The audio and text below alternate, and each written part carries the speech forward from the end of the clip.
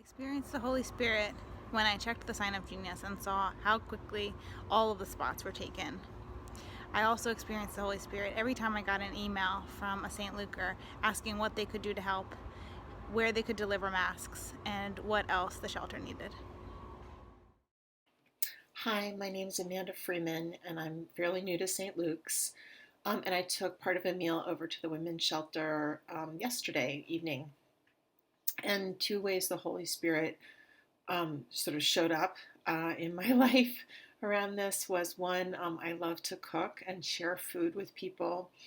And that's something we're not being able to do right now. So just being able to make part of a meal for someone felt really good. But also, um, the women's shelter is right in my neighborhood, and I've always wanted to get more involved with people in my neighborhood who might need something. So now, right now, I'm about to leave classroom teaching, and so I hope I'll have a little more time to help others. When I serve the women there, I like to look into their faces, and I see the face of Jesus in every one. Peace, Elizabeth Tinling. Making salad is a pretty simple task. It's not cooking so much as cutting. It's not the skill of the preparer so much as the freshness of the ingredients. Did the task draw on my understanding of poverty or my commitment to gender justice? Perhaps, but it was more about letting the goodness of vegetables and flavor of herbs mingle. Anyone can do the work of the Holy Spirit. Just share the bounty of God's creation. As I worked on the masks for the women's shelter, I've experienced the work of the Holy Spirit, the way it came upon the disciples who spoke in different languages. I felt the work is not only mine. It took different people to come up with a mission. One who donated the fabric that she originally bought to make curtains, but instead preferred to donate them for another good cause, and others who were ready to take them to the shelter. The act of the Holy Spirit has worked in all of us. Lockdown reduces potentially harmful human contact, but exacerbates our need for human connection. If the poor will always be with us, we will always have an invitation to live beyond ourselves. All the best, Sumaya and Patrick. Hi there, it's Sally Curtin here. Here's my son Daniel. I'm her son. And this is all the parts that we need to make the sandwiches, and we're going to put them in the bag. And so the blessing for me about doing this is that the whole family's involved. The dog's down there, although of course we're keeping them away from everything. But it is a blessing to work with Danny with all this bread and the chicken breast and the cheese and putting everything together. Right, Dan? Mm-hmm. Enjoying yourself? Indeed.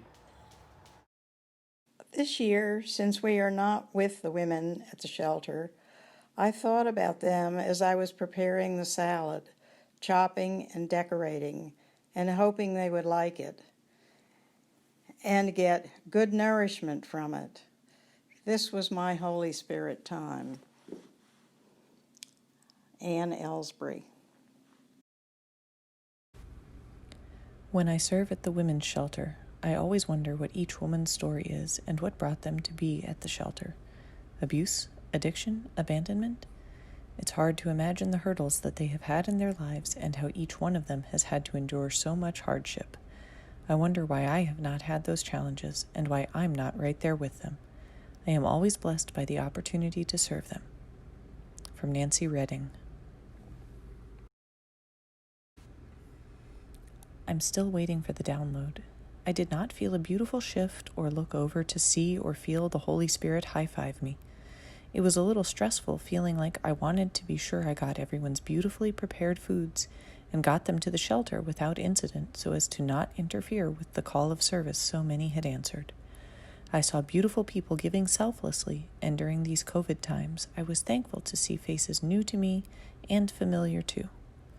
We all want to be a part of something, and I'm thankful to St. Luke's to be a part of this.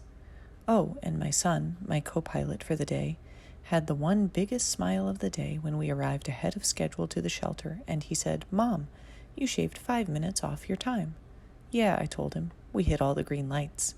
So maybe the Holy Spirit showed up after all. My whole point is that I think I was looking for this aha moment to signal the presence of the Holy Spirit, when really that's not an indicator of presence. I'm pretty sure we are surrounded by the Holy Spirit the whole time, whether we're aware of it or not.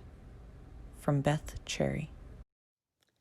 Paul's letter to the Romans tells us to let love be genuine and that we can't be indifferent to the suffering of those in need. So one way I think the Holy Spirit has been present during the Women's Shelter Meal Week this year, despite the very different and difficult circumstances, is just how very willing everyone on Team Taco has been to serve and contribute and just give wholeheartedly of themselves and of their time, even though we won't have the experience of serving this year. And to me, that illustrates just how much more so we are more connected than we aren't.